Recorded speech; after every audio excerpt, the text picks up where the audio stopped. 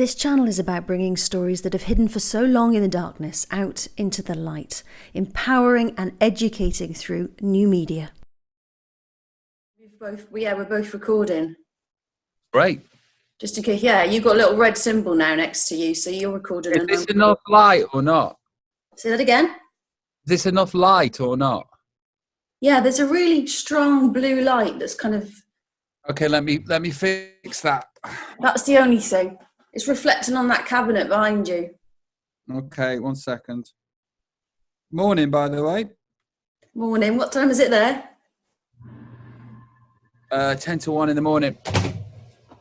Oh, thank you for doing this. All right. Because for the voice of reason, people are absolutely...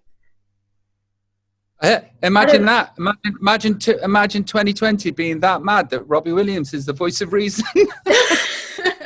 That's fucking mental. You are. The interview you did with Chris, I just thought people are so desperate to hear this. And yeah, they want to talk about Pizzagate because it was trendy yesterday. They want to talk about Q. Do you know what? I'm not in the Q club, okay? But when you mention it, they go, welcome, Anna. And they're so grateful, even though I am, trying to debunk it.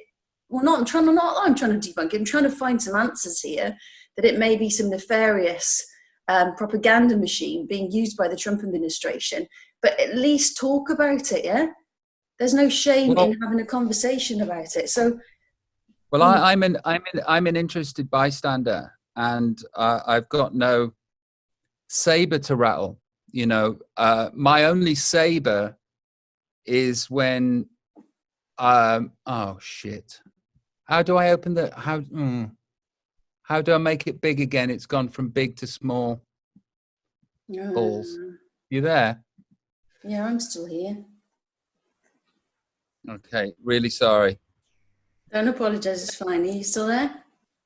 Yeah. I really do need to let you record again though. Okay. Okay, it's recording. Okay. You're recording, yeah? Yeah. Are you ready to just go for it, yeah? Let's go for it. Okay. It's the 10th of June 2020. I am talking to Robbie Williams. He's in LA. I'm near Cardiff, not far from Barry. We had a little chat last night. I haven't had a lot. What time's it here? Nearly 9 a.m. What time is it there with you, Robbie? Nearly 1 a.m.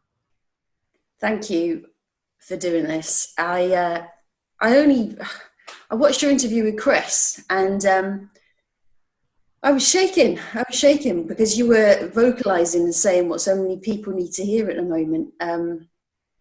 They're in a state of confusion. We're going to be talking about quite a few things.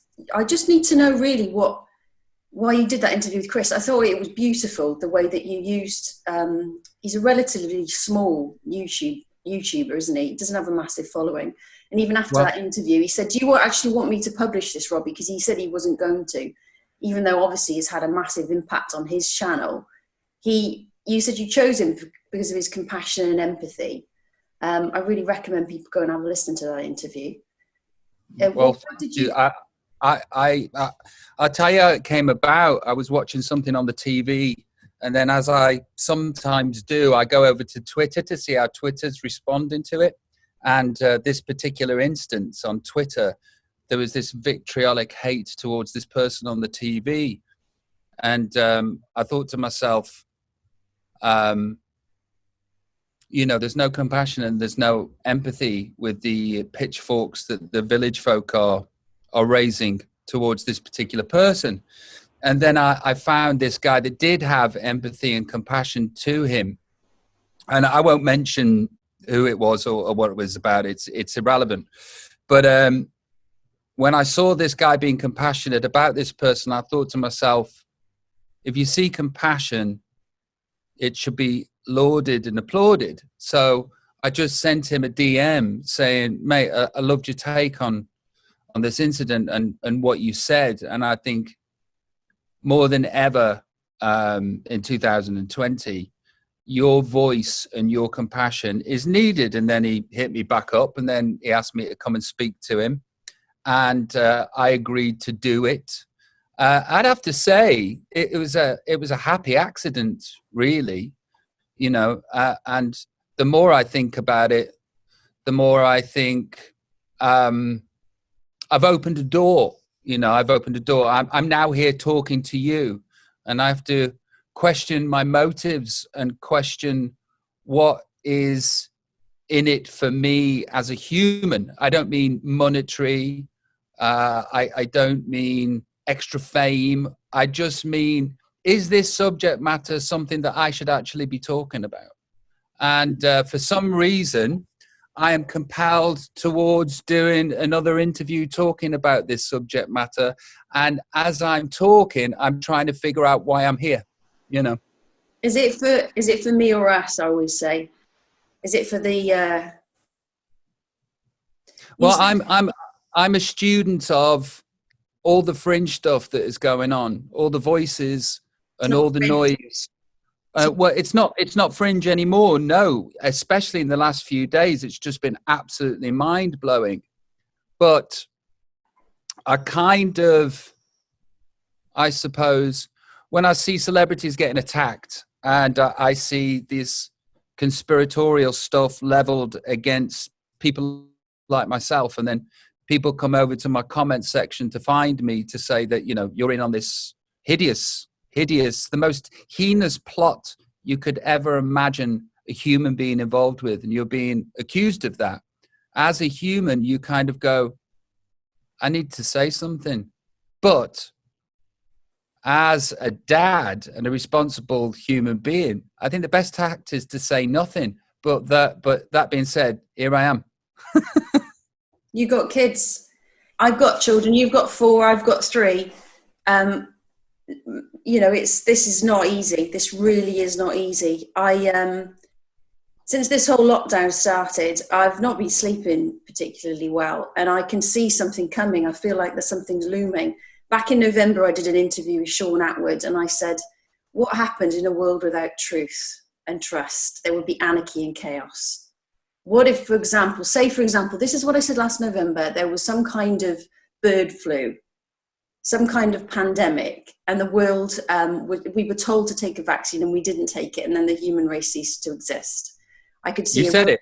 You said that. I actually said that in November, as I can see a full destabilization of society. I work with someone called Alistair Bunkle. He's a Sky News defense correspondent. And I said to him, I think there's going to be looting. And I said that 2-3 months ago. I can feel something's coming. Well, what? Okay. So you made that prediction. What's the next one? With the civil unrest. Because if you don't trust in the government or the media, we've got it. I could see it coming. The whole toilet roll fiasco over here. I didn't buy toilet roll. About a month before everyone else, I bought UHT milk because I don't think my kids could survive without milk, and paracetamol. And then I watched, and I look around me at everyone reacting too slowly. And that's why I am so incredibly grateful to you for doing this interview, because I think something's coming. I think we're vulnerable now. Here in Wales, schools still aren't open. It'll be 3 months before kids go back to school. And I've talked about this before. I've interviewed whistleblowers, but victims and survivors of abuse. A girl called Amy Brimson. Now, her only food every day was a school dinner. She had nothing else to eat. She had a little bowl of cereal in the evening. She was also sexually abused at home. I'm thinking about these kids at home, right, at the moment, who've not been in school for 3 months. The teachers were keeping an eye on them. They were getting something to eat. And there's no debate about this. There's no voice for children. We know money behind a message. So if you've got communications in a PR agency pushing your message to the mainstream media, old media, which I call it, then that voice will get out, but it's not at the moment. So this channel is very much about protecting children, exposing corruption, and holding the media to account. And I've interviewed media whistleblowers, and I really want to talk to you about the media and how they're being attacked at the moment. You've got hashtag scum media trending. There's lots going on, and I'm concerned about the future. So did you not see something like this coming? I've just said, I felt something like this might come in. When you've got a global communication, we can, for the first time ever, we can all communicate. And why we've got these situations where no one even believes the videos that they're watching. We look at that guy, that 75-year-old guy that was pushed over in a protest. And Trump, you alerted me to this last night when we had a chat. he's retweeted that may have been staged in some way, that guy genuinely wasn't necessarily genuinely injured. Well, we're looking at stuff and not even believing it. Yeah, and it's Trump. It's retweeting so-called conspiracy theories. But the question was, did I feel it come in? Well, I have been an interested bystander, like I say, watching something that has felt fringe to me, that we mistakenly call conspiratorial. And the word itself, conspiratorial, has been hijacked to mean mental person. And I think that combined, we need to come up with a new word that doesn't have the kind of stigma that conspiratorial or conspiracy has. Have I felt something coming? Well, from standing on the bleachers looking on, I felt something's been coming for a very, very long time. But also at the same time, I have to question my own belief in, is something really coming? Well, something's really here. Something's happening right now. You know, is it the Chinese saying, may you live in interesting times? People say that in China to like have a dig at somebody. We're living in quite possibly the most interesting time on the planet.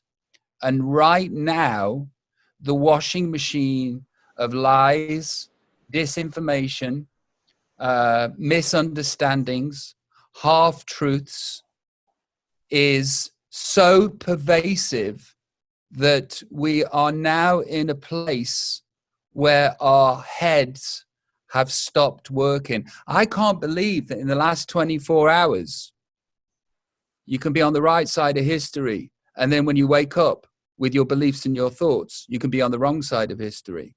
And I'm not talking about the Black Lives Matter stuff. I'm just talking about absolutely everything. The sands are shifting so quickly. And what you think is the real version of events gets changed so quickly that there is no way of understanding or trusting even your own narrative and your own thoughts. Well, last week it was Dominic Cummings over here, then it's George Floyd, and now it's something else. You're trusting your own thoughts. You said something in that Chris Thrall interview, and I've got a clip of it, where you said you're able to see yourself from outside. You know, are you just lost in your own echo chamber, in your own reality? We're all lost in our own echo chamber and our own reality. But I have the benefit of being behind the veil that a lot of people are accusing of being up to some very nefarious stuff. Now, I share the same interests as those people. And I suppose that when I went on Chris Thrall's YouTube channel, I was basically saying we need to have some discernment. And I say we because I consider myself part of. That doesn't mean that I'm here to die on any hill or lead a battle or be self-righteous with my indignation and lead a posse to 10 Downing Street and demand action and demand change. Like I say, in the last 24 hours, the sands have changed so much. How can you possibly know what and what isn't truth? So, you know, you saying that you are going to lead because you're an influencer and people trust you. They know you. You have a legacy. You haven't just arrived on the scene. Yeah, but here's the thing. You know, it's like this might be the last time I talk about it. You know, it's if there are the very, very dark things that people talk about happening, then they won't come for you right now. They'll come for me. You know, right now, if we go down the rabbit hole of this sort of the darkness that is supposedly pervasive and in control of the energy of the planet, you know, I'll be one of the first on the list. You know, you're getting there.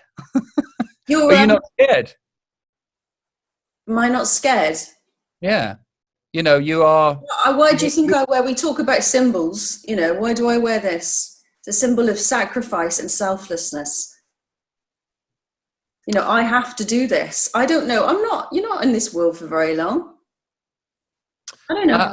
I know that every single day, though, I have responsibility. I went into journalism because I wanted to make a difference.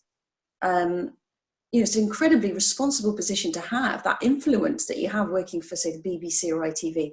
When you are communicating to the public what's really happening in the world, the information that they get, they base their decisions on, who they vote for.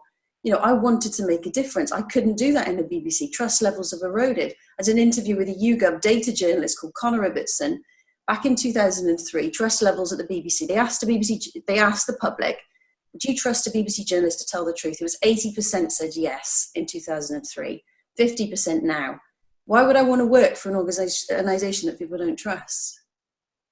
Yeah, I totally get it. From my side, you know, here's my sort of like mental dilemma.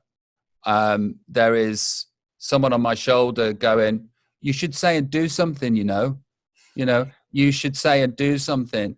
And then 18 months later, I'm glad I didn't, because the thing that I thought, I now no longer think. But I've also got this thing on my shoulder saying, you do have a voice, you can use your platform. And on the other shoulder, it's going, yeah, but you're going to get battered for having a voice, having a platform, having an opinion. And also, you're not strong enough. And also, you're too sensitive.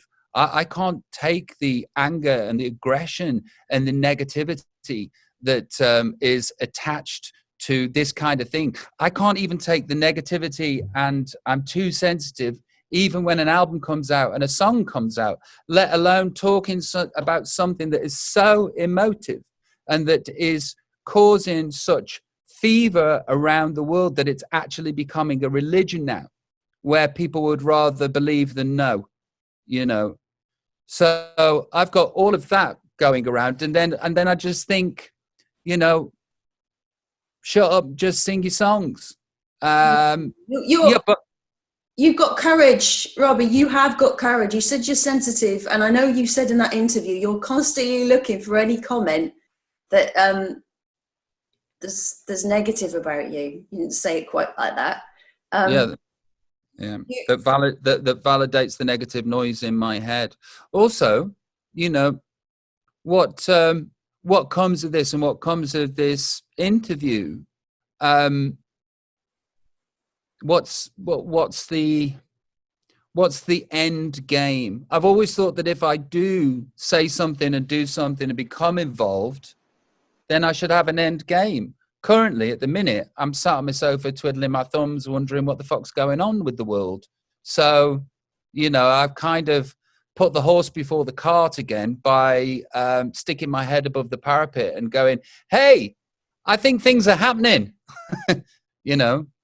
In that interview, you don't talk to your wife about it. But if this consumes you, how can you not talk to her about it? I do. You know, there are many things that I talk to my wife about, my wife about, and there are many things that I don't. You know, I don't have a secret life. It's just that I think the relationship between a man and a woman, in my case, with me and my wife, it's just what it is. You know, she has her thoughts and her beliefs and the places that she goes in her head that should be her dominion, that she should own those. That's the right of being a human being. You know, I go to these places on the internet to find out stuff about stuff. I think that if I said entertain myself, that would sound too trite and it wouldn't be true. But I'm constantly updating the data in my head to try and understand the narrative of what's happening. The reason I don't talk to my wife about it is because I'm sensitive, but she's way more sensitive than me. If we need to round the troops and posse up, she'll be my right-hand man or woman or whatever, you know. But for now, she doesn't need to know. When there is something that is so oh my God, and your chin hits the floor, look at this, I will show her. But she's also an excellent barometer for me, because I can run away with this religion too. You know, I can run away with thoughts and theories and beliefs. And I can then turn my computer and go, I'm looking at this. What do you think? She's smarter than me. So she can go A, B, and C. And I go, oh yeah, I'll carry on looking. But that's the reason I don't talk to my wife about it, is this is, it's not something that should darken her thoughts. You know, I've But you got don't this. feel in a better place. I mean, I look at photographs of me from 4 years ago and I look different.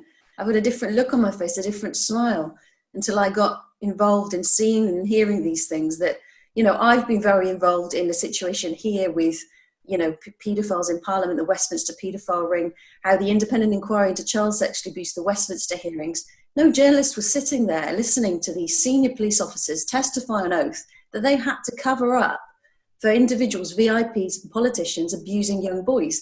The media weren't there, and I have had to live through that, and it has changed me.